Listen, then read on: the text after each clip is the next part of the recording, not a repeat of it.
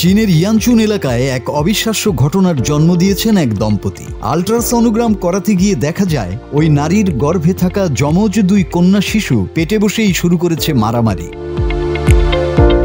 আল্ট্রাসনোগ্রামের পর্দায় দেখা যায় দুই অনাগত সন্তান একে অপরকে লাথি মারছে, হাত তুলছে, যেন সত্যিকারের ঝগড়া চলছে তাদের মধ্যে। এমন দৃশ্য দেখে চিকিৎসকরাও হতবাক হয়ে যান।